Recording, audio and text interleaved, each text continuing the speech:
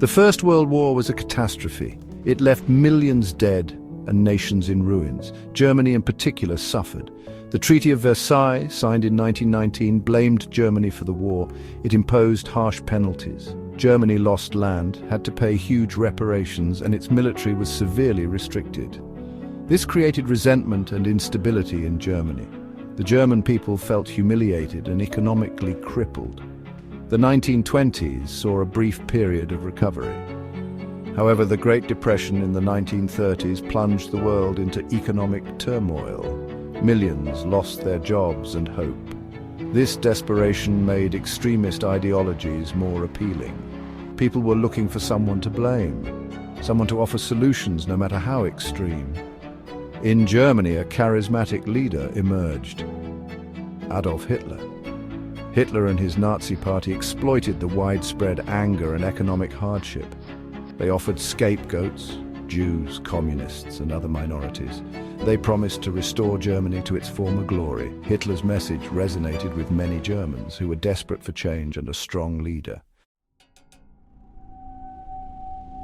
Adolf Hitler was a master manipulator. He used propaganda and fear to consolidate his power. Hitler's Nazi party promoted a toxic ideology of Aryan supremacy and racial purity. They demonized Jews and other groups, blaming them for Germany's problems. This hateful rhetoric fell on fertile ground in a society already reeling from economic hardship and political instability. Hitler came to power legally in 1933. He quickly dismantled democracy and established a totalitarian regime. He outlawed other political parties, silenced dissent, and established a ruthless police state. The Nazis controlled all aspects of life in Germany. They indoctrinated the youth, censored the media, and persecuted those who opposed them. By the late 1930s, Hitler's ambitions extended beyond Germany's borders. He aimed to expand German territory and create a vast empire in Eastern Europe. Hitler believed in the idea of Lebensraum, or living space, for the German people. He saw the Slavic people to the east as inferior and ripe for conquest. On September 1st, 1939, Hitler unleashed his war machine. German forces stormed into Poland using their new military doctrine of blitzkrieg. This lightning war involved rapid, coordinated attacks using tanks, planes, and infantry. Poland, caught unprepared, was quickly overrun. 2 days later, Britain and France, honoring their treaty obligations with Poland, declared war on Germany. World War II had begun. The German blitzkrieg proved devastatingly effective in the early stages of the war. Denmark and Norway fell quickly in the spring of 1940. In May, Hitler unleashed his forces against Belgium, the Netherlands, and France. The speed and ferocity of the German advance shocked the world. The Allied defences crumbled. Paris fell to the Germans on June 14, 1940. France was forced to surrender, dividing the country into German-occupied zones and a collaborationist government in Vichy. The speed of the German victory sent shockwaves throughout the world. It seemed that Hitler was unstoppable. Section 5. Holding the Line, the Battle of Britain. With much of Europe under Nazi control, Great Britain stood alone against the Nazi war machine. Prime Minister Winston Churchill rallied the British people, vowing to fight on whatever the cost may be. The Battle of Britain, an air campaign that raged from July to October 1940, became a pivotal moment in the war. The German Luftwaffe, hoping to cripple the Royal Air Force and pave the way for a land invasion, launched relentless attacks on British airfields and cities.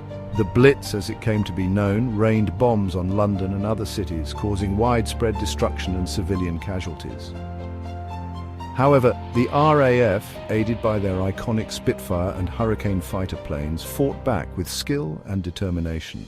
The British people displayed remarkable courage and resilience during the Blitz, enduring nightly bombing raids and working tirelessly to support the war effort.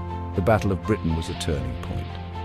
Germany's failure to defeat the RAF prevented a cross-channel invasion and bought valuable time for the Allies to regroup and rebuild their forces. Section 6. A day that changed everything. Pearl Harbor and America's entry into the war. While the war raged in Europe, Japan, under the militaristic rule of Emperor Hirohito, was pursuing its own imperial ambitions in Asia. Japan sought to establish a Greater East Asia co-prosperity sphere, a euphemism for Japanese domination of the region. On December 7, 1941, Japan launched a surprise attack on the US naval base at Pearl Harbor, Hawaii. The attack, intended as a preemptive strike to cripple the US Pacific Fleet, killed over 2,400 Americans and damaged or destroyed numerous ships and aircraft. The following day, the United States declared war on Japan. Germany and Italy, allied with Japan in the Axis powers, declared war on the United States. The attack on Pearl Harbor was a pivotal moment in World War II. It brought the United States, with its vast industrial and military might, fully into the conflict, transforming it into a truly global war. Section 7. Turning the tide, Allied victories and the pushback. The early years of the war were dark times for the Allies, but slowly the tide began to turn. In North Africa, British and Commonwealth forces, led by General Bernard Montgomery, battled the Germans and Italians for control of the strategically vital Suez Canal. The tide turned at the Battle of El Alamein in late 1942, a decisive victory that marked the beginning of the end for Axis forces in North Africa. On the Eastern Front, the Soviet Union, despite staggering losses, was engaged in a titanic struggle with the German Wehrmacht. The Battle of Stalingrad, which raged from August 1942 to February 1943, became a turning point in the war. The battle, fought street by street in brutal hand-to-hand combat, resulted in devastating losses for both sides. The Soviet victory at Stalingrad marked the limit of German advance in the east and the beginning of the long, arduous Soviet counter-offensive that would eventually reach Berlin.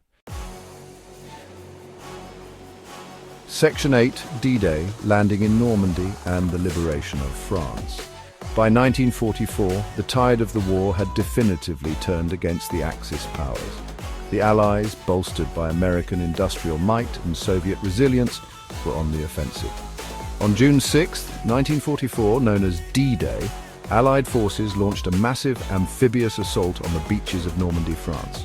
Operation Overlord, as it was codenamed, involved the largest seaborne invasion in history, with over 150,000 troops landing on the heavily defended beaches. Despite heavy casualties, the Allies secured a foothold in France, opening up a Western front against Nazi Germany. After weeks of fierce fighting, the Allies broke out of the Normandy beachhead and began pushing eastward, liberating Paris in August 1944. Section 9. A world remade, the aftermath and legacy of World War II. World War II officially ended with the unconditional surrender of Japan on September 2, 1945, after the atomic bombings of Hiroshima and Nagasaki.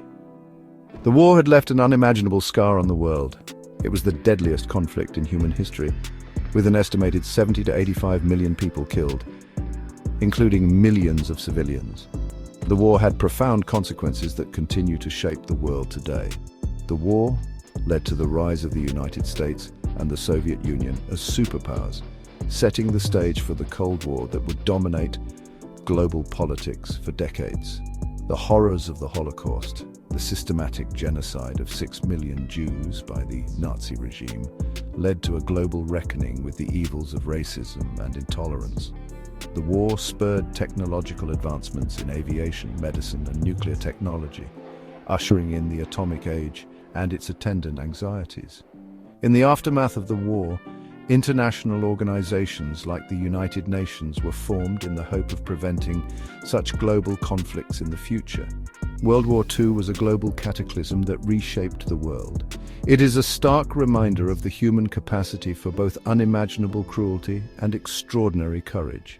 It is a story that must be remembered, studied, and learned from to ensure that such darkness never engulfs the world again.